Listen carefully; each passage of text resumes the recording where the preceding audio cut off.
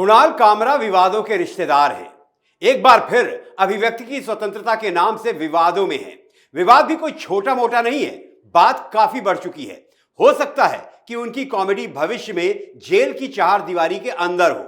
वाकई अगर उन्हें जेल की हवा भी खानी पड़ी तो हैरानी की कोई बात नहीं होगी।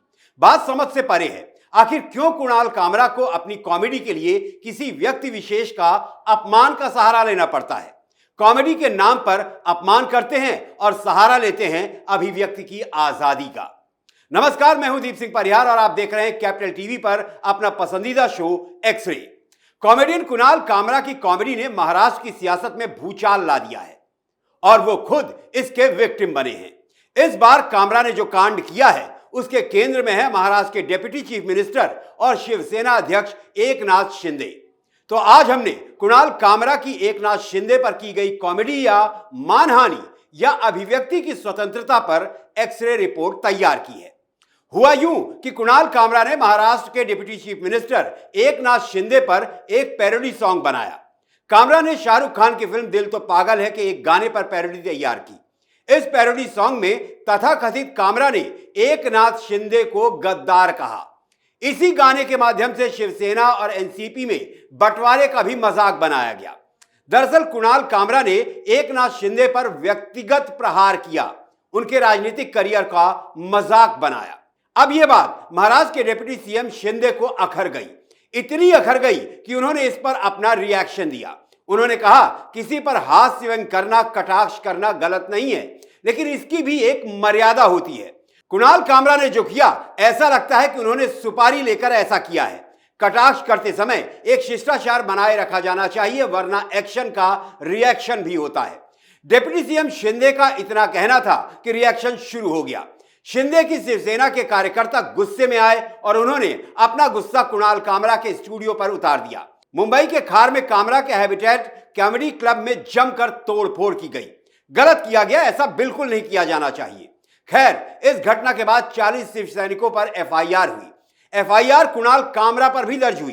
कुणाल कामरा को मुंबई पुलिस ने पूछताछ के लिए समन जारी कर तलब किया है। उन्हें मुंबई के खार पुलिस स्टेशन बुलाया गया है। हालांकि कुणाल कामरा फिलहाल मुंबई में नहीं है। स्टूडियो में तोड़फोड़ की घटना के बाद कामरा को भी गुस्सा आया। कुणाल कामरा ने कहा, मैं माफी नहीं मांगूंगा। मैंने जो कहा वो बिल्कुल वही है जो पहले उप मुख्यमंत्री अजीत पवार ने दूसरे उप मुख्यमंत्री एकनाथ शिंदे के बारे में कहा। मुझे इस भीड़ का डर नहीं लगता। मैं अपने बिस्तर के नीचे छिपकर इस घटना के शांत होने का इंतजार नहीं करूंगा। कुणाल कामरा ने बीएमसी की कार्रवाई को भी गलत बताया। यह भी कहा कि उन्होंने लगातार धमकियां मिल रही हैं और आखिरकार उन्होंने अभिव्यक्ति की स्वतंत्रता को अपने हथियार के तौर पर इस्तेमाल किया। कामरा ने कहा, भाषण और अभिव्यक्ति की स्वतंत्रता हमारे अधिकार का उपयोग केवल शक्तिशाली और अमीर लोगों की चापलूसी करने के लिए नहीं किया जाना चाहिए। भले ही आज का मीडिया हमें अन्यथा विश्वास दिलाए, एक शक्तिशाली सार्वजनिक व्यक्ति की कीमत पर मजाक को बर्दाश्त न कर पाने की आपकी अक्षमता मेरे अधिकार की प्रकृति को नहीं बदलती। जहां तक मुझे पता है, हमारे नेताओं और हमारी राजनीतिक व्यवस्था के सर्कस का मजाक उड़ाना कानून के विरुद्ध नहीं है। हालांकि मैं अपने खिलाफ की गई किसी भी कानूनी कार्रवाई के लिए पुलिस और अदालतों के साथ सहयोग करने को तैयार हूं। मिस्टर कामरा, आपको यह करना ही पड़ेगा।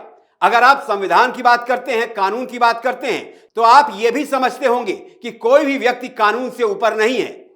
और मुझे तो आपकी अभिव्यक्ति की स्वतंत्रता के संवैधानिक ज्ञान पर भी संदेह है। यह तो आपको भी याद होगा कि यह पहली बार नहीं है जब आप कानूनी प्रक्रिया के दबाव में आए हैं। उप मुख्यमंत्री शिंदे ने भी तो आपकी वही याद दिलाया है। शिंदे ने कहा, इस व्यक्ति यानी कामरा ने सुप्रीम कोर्ट, प्रधानमंत्री अर्नब गोस्वामी और कुछ उद्योगपतियों पर टिप्पणी की थी। यह अभिव्यक्ति की स्वतंत्रता नहीं है, यह किसी और के लिए काम करना है। यह मामला विधानसभा तक पहुंच चुका है। महाराष्ट्र के गृह राज्य मंत्री योगेश कदम ने विधानसभा में कहा, कॉमेडियन कुणाल कामरा की कॉल रिकॉर्डिंग, सीडीआर और बैंक स्टेटमेंट की जांच की जाएगी। हम पता लगाएंगे कि इसके पीछे कौन है। अब आते हैं कुणाल कामरा के अभिव्यक्ति की स्वतंत्रता के ज्ञान पर, जिसको वो एक हथियार की तरह इस्तेमाल करते हैं। वो कभी भी किसी को भी कुछ भी कह देते हैं और कहते हैं कि ये कॉमेडी है। संविधान हर व्यक्ति को अभिव्यक्ति की स्वतंत्रता देता है, लेकिन कुणाल कामरा, आपको यह समझना होगा कि स्वतंत्रता असीमित नहीं है। दरअसल इंडियन कॉन्स्टिट्यूशन के आर्टिकल 19(1)(a) में प्रावधान है कि the right to freedom of speech and expression is a fundamental right guaranteed under Article 19(1)(a) of the Indian Constitution. It allows every citizen to express their thoughts, opinions and ideas freely, subject to certain reasonable restrictions. Kamra साहब, आपने ये तो समझ लिया कि भारतीय संविधान आपको या हर किसी को freedom of speech and expression यानी अभिव्यक्ति की स्वतंत्रता का मूल अधिकार प्रदान करता है, लेकिन क्या आपने आखिरी लाइन पर गौर नहीं किया जिसमें साफ साफ लिखा है कि subject to certain reasonable restrictions, यानी freedom of speech and expression का अधिकार कुछ उचित प्रतिबंधों के अधीन है, यह असीमित नहीं है। शायद आपने सिर्फ आर्टिकल 19 पढ़ा और यह समझ लिया कि आपका व्यक्तिगत की स्वतंत्रता का अधिकार असीमित है। आपने आर्टिकल 19(2) नहीं पढ़ा जिसमें बहुत ही स्पष्ट शब्दों में वर्णित है कि सरकार को कुछ परिस्थितियों में इस स्वतंत्रता पर रीजनेबल रिस्ट्रिक्शंस यानी युक्ति संगत प्रतिबंध लगाने का अधिकार दिया गया है। अब आपकी, मेरी या किसी की भी अभिव्यक्ति की स्वतंत्रता कहां कहां पर सरकार प्रतिबंध लगा सकती है, यह भी समझ लीजिए। मीडिया और प्रेस, इंटरनेट और सोशल मीडिया, सार्वजनिक भाषण और प्रदर्शन।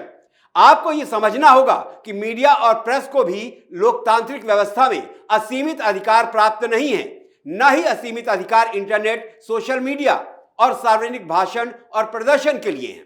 आर्टिकल 19(2) में यह भी लिखा है कि अभिव्यक्ति की स्वतंत्रता कैसे प्रतिबंधित होती है। सरकार कुछ आधारों पर अभिव्यक्ति की स्वतंत्रता को सीमित कर सकती है। पहला, राष्ट्र की संप्रभुता और अखंडता पर जब हमला हो तब हो सकता है। दूसरा, राज्य की सुरक्षा पर हमला। तीसरा, देश की सुरक्षा के लिए खतरा बनने वाले भाषण या अभिव्यक्ति पर। चौथा, विदेशी देशों से मैत्रीपूर्ण संबंध की वजह से अगर देश को नुकसान होता है तो। पांचवां, सार्वजनिक व्यवस्था को डिस्टर्ब करने पर।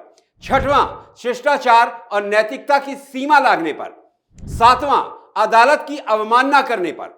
आठवां, व्यक्ति विशेष की मानहानि करने पर। और नौवां, अपराध के लिए किसी को उकसाने के एक्शन पर सरकार अभिव्यक्ति की स्वतंत्रता को प्रतिबंधित कर सकती है। कुणाल कामरा, इन 9 पॉइंट्स में आपने समय समय पर कई बार उल्लंघन किया है। सुप्रीम कोर्ट पर टिप्पणी नंबर 7 का उल्लंघन है, और जो आपने अभी किया है यानी महाराष्ट्र के उप मुख्यमंत्री एकनाथ शिंदे पर व्यक्तिगत हमला किया है, वो 8वें बिंदु के उल्लंघन का उदाहरण है। और आपको तो यह जानकारी मिल ही चुकी होगी कि आप पर मानहानि का मुकदमा दायर किया गया है। मानहानि का मुकदमा इंडियन पीनल कोड यानी भारतीय दंड संहिता की धारा 499 और 500 के तहत लगाया जाता है। दोष सिद्ध हुआ तो कोर्ट दोषी को 2 साल की कैद की सजा सुना सकता है, यानी कुणाल कामरा, आपको 2 साल की सजा हो सकती है। हालांकि इस मामले में माफी मांगने पर दोषी को राहत दिए जाने का प्रावधान है, और आप तो पहले ही पैर कुल्हाड़ी में मार चुके हैं, पहले ही माफी मांगने से इनकार कर चुके हैं। कुणाल कामरा पर आईटी अधिनियम 2000 के अंतर्गत भी मुकदमा किया जा सकता है।